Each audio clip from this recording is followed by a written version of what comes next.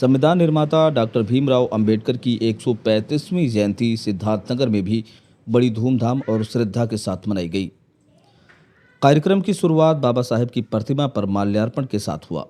इस कार्यक्रम का आयोजन सिद्धार्थनगर ढेबरुआ थाना क्षेत्र के अंतर्गत बढ़ने में बिरजेश्वरी इंटर कॉलेज ग्राउंड से सुबह 9 बजे प्रभात फेरी निकाली गई, जो बस स्टॉप तिराहा, रेलवे क्रॉसिंग, माल गोदाम चौराहा, मुडिला होते हुए पुनः बस स्टॉप चौराहा से ढेबरुआ चौराहे पर मंचीय कार्यक्रम किया गया। कार्यक्रम के मुख्य अतिथि आरपी यादव जी पूर्व प्राचार्य रहे, जिन्होंने बाबा साहेब डॉक्टर भीमराव अंबेडकर के बारे में बताया और उनकी तरह मार्गदर्शन अपनाने की बात कही। इस कार्यक्रम में विशिष्ट अतिथि अमरनाथ जी, अशोक कुमार, हरिनंद उर्फ परती बाबा, होली प्रसाद, डॉक्टर संत निवास गौतम, मदन लाल, अमित मौर्य। सांस्कृतिक कार्यक्रम माया बोच्ची द्वारा प्रस्तुत किया गया।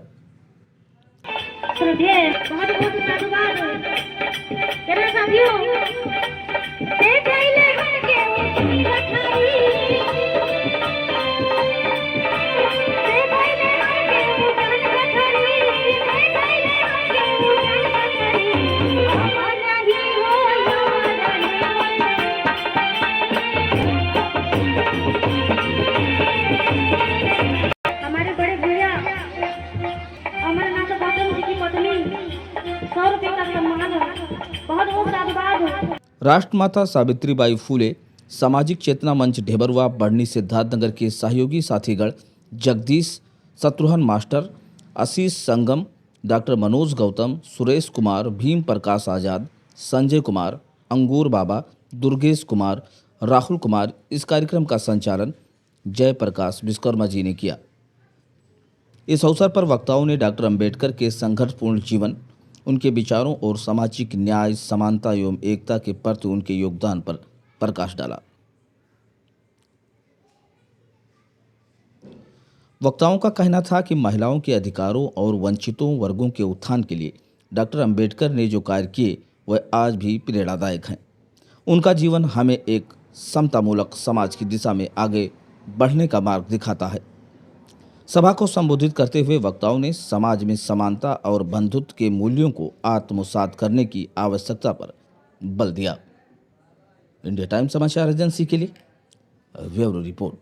जागरूकता के लिए सबसे पहले तो तथागत बुद्ध को, जो करुणा के सागर कहे जाते हैं, पूरे विश्व में शांति का संदेश दिया और उनके इतिहास को, यानी तथागत गौतम बुद्ध के इतिहास को भारत में पुनर्जागरण करने वाले जो बोधसत्व बाबा डॉक्टर साहब भीमराव अम्बेडकर जी जो 134वीं जयंती आज हम मना रहे हैं।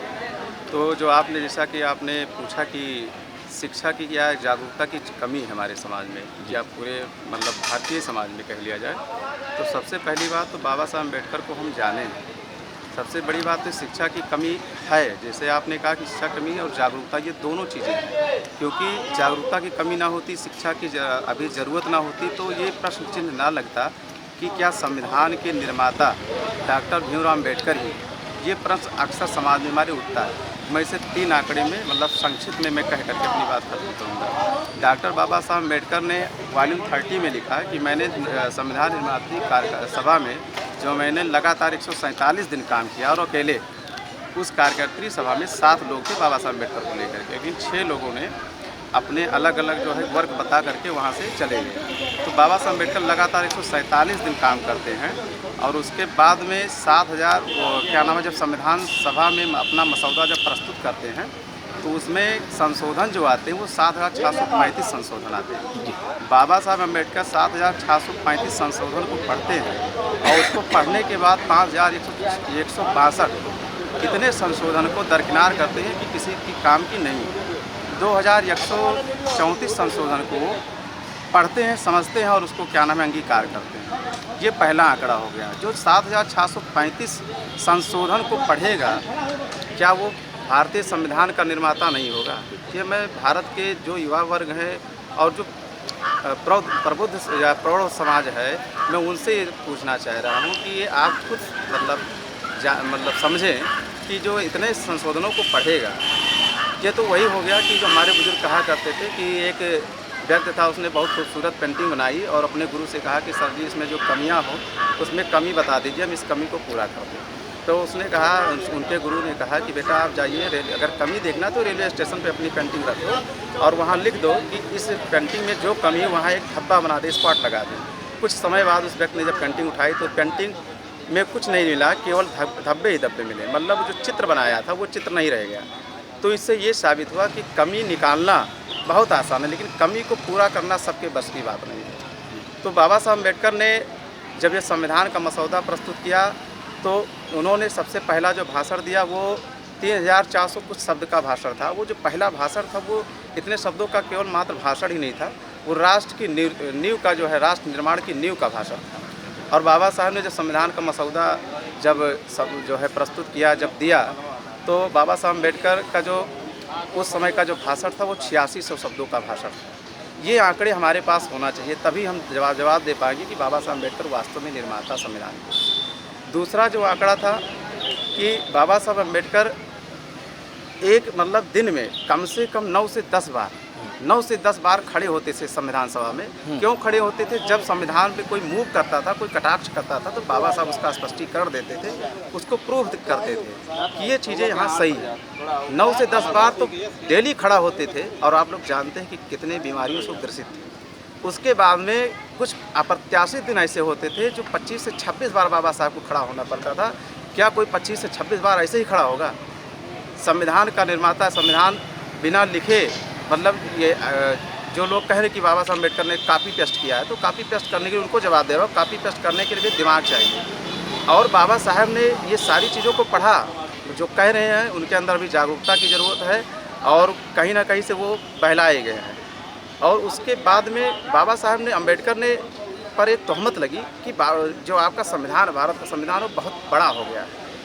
तो बाबा साहब अम्बेडकर ने उस पर जवाब दिया कि जो अफ्रीका का संविधान है, साउथ अफ्रीका का, अमेरिका का, कनाडा का, ऑस्ट्रेलिया का संविधान, ज़रा इसके क्या नाम है डिबेट को, इसके जो है बनने की प्रक्रिया को समझा जाए। किसी को 9 साल लगा, किसी को 10 साल लगा, और उसमें कितने अनुच्छेद हैं। बाबा साहब ने ये भी कहा कि अमेरिका का जो संविधान, उसमें टोटल 24 अनुच्छेद हैं और संशोधन नाम का अगर देखा जाए तो संशोधन 0। लेकिन हमारे 395 अनुच्छेद वाला संविधान में 7635 संशोधन आते हैं, जिसमें से 5000 को संशोधन बाबा साहब दरकिरार करते हैं। तो इस तथ्यों से, इस आंकड़े से ये साबित हो जाता है कि डॉक्टर भीमराव अम्बेडकर साहब संविधान निर्माता हैं। और लोगों ने, मैं संक्षिप्त में बताता हूँ, लोग ये कहते हैं कि दलित के नेता हैं, कोई कहता है संविधान निर्माता है, लेकिन बाबा साहब राष्ट्र निर्माता है। और वो दलितों के नेता नहीं है, वो 52% ओबीसी समाज का जो है आंदोलन कर रहे थे। 52% ओबीसी समाज का क्या नाम है, उन्होंने भागीदारी सुनिश्चित किया संविधान में, जिसमें से उस 52% में 88 जातियाँ मुस्लिमों की, जिसमें चूड़ाहा, जोलाहा और अन्य जातियाँ ओबीसी की आती हैं। और 50% महिलाओं की, भारतीय महिलाओं की आबादी के लिए उन्होंने लड़ाई लिया। जब हिंदू मैरिज एक्ट उन्होंने 1955 में बनाया है ना, जिसको कहते हैं हिंदू कोड बिल, उसी के तहत में जब वो लागू नहीं हो तो बाबा साहब अम्बेडकर ने जब इसको लागू नहीं किया गया और उसके बाद में 340 जो अनुच्छेद बनाया था ओबीसी के अधिकारों के लिए, उसको लागू नहीं किया गया। इन कुछ कारणों को लेकर के बाबा साहब ने अपनी मंत्रिमंडल से इस्तीफा दिया। तो डॉक्टर बाबा साहब अम्बेडकर 16.5% दलितों की लड़ाई लड़ रहे थे, 52% ओबीसी की लड़ाई लड़ रहे थे, 50% भारतीय महिलाओं की लड़ाई लड़ने वाला व्यक्ति दलितों का नेता कैसे हो जाता है? मैं ये भारतीय जो है प्रबुद्ध लोगों से पूछना चाहता हूँ, ये प्रश्न आपके चैनल के माध्यम से। और डॉक्टर बाबा साहब अम्बेडकर ने जब 1948 में जब संविधान का डिबेट हो रहा था, तो उस समय उन्होंने कहा कि अगर राष्ट्र की निर्माण करना है, राष्ट्र निर्माण करना है, तो उसमें सभी का डिबेट होना, सभी का जो है इंक्लूजन होना, सभी का सम्मिलित होना सबसे आवश्यक है। और उसके लिए इक्वलिटी, लिबर्टी, फ्रेटर्निटी चाहिए। बाबा साहब अम्बेडकर ने ये आगाह भी किया कि हमने इक्वलिटी, लिबर्टी, फ्रेटर्निटी, ये मत समझ लीजिए कि फ्रेंच रिवोल्यूशन से लिया, फ्रांसीसी क्रांति से लिया। उन्होंने कहा I can not taken liberty, equality, fraternity, I have taken my master of Buddha, I have taken it. मैंने इसे अपने मास्टर बुद्धा से लिया है, जो शांति की भाषा है, जो शांति का आंदोलन है, मैंने उस जो है महापुरुष से लिया है। और फ्रेटर्निटी अगर नहीं है तो बाबा साहब अम्बेडकर ने कहा कि इक्वलिटी और लिबर्टी का कोई मतलब नहीं है। और अगर इक्वलिटी नहीं है तो फिर लिबर्टी का कोई मतलब नहीं रह जाएगा। इन तीनों चीज़ों को बाबा साहब अम्बेडकर त्रिमूर्ति कहते थे। यानी कि बाबा साहब अम्बेडकर ने जब ये कहा कि ये भारत राष्ट्र नहीं है, 1948 में बाबा साहब अम्बेडकर क्या सोच रखते थे देश के बारे में, और उस समय के नेता क्या जो है मतलब देश के बारे में सोच रखते थे, उस पर बाबा साहब अम्बेडकर ने कहा कि भारत अभी राष्ट्र निर्माण की प्रक्रिया में, ये राष्ट्र नहीं है। तो लोगों ने कहा, जो कांग्रेस के लीडर थे और अन्य लीडर थे, उन लोगों ने कहा कि भाई राष्ट्र निर्माण, ये राष्ट्र दिखाई क्यों नहीं। तो बाबा साहब अम्बेडकर ने दो टूक उत्तर दिया, कोई लाग लपेट नहीं, कि हजारों जातियों में बटा हुआ समाज राष्ट्र कैसे हो सकता है। राष्ट्र का निर्माण और राष्ट्र उस भाईचारे का नाम है। जब लोगों के अंदर भाईचारा होगा, हजारियों जो दलित समाज है, जो ओबीसी समाज है, इनमें भाईचारा नहीं है, इनमें मैत्री नहीं है, तो ये राष्ट्र कैसे हो सकता है। और जहाँ पर मैत्री नहीं, वो वहाँ पर भाईचारा, जहाँ भाईचारा नहीं वहाँ एकता हो नहीं सकता, वहाँ राष्ट्र की प्रोजेक्ट नहीं हो सकती है। इसलिए बाबा साहब अम्बेडकर ने कहा कि मैत्री जो होता है वो राष्ट्र निर्माण का प्रोजेक्ट है। तो आपके माध्यम से मैं ये कहना चाह रहा हूँ कि सबसे पहले बाबा साहब अम्बेडकर के लिखे हुए संविधान को, उनकी बातों को, उनके विचारों को समझें। जो इतनी डिग्रियाँ ले करके, और उस समय पर जितने विद्वान थे भारत में, उन लोगों में ये क्षमता नहीं थी कि संविधान लिखा जाए। अब बाबा साहब अम्बेडकर को कहा जाता है कि लगभग सारे विश्व का संविधान धार्मिक चीज़ों को पढ़ा।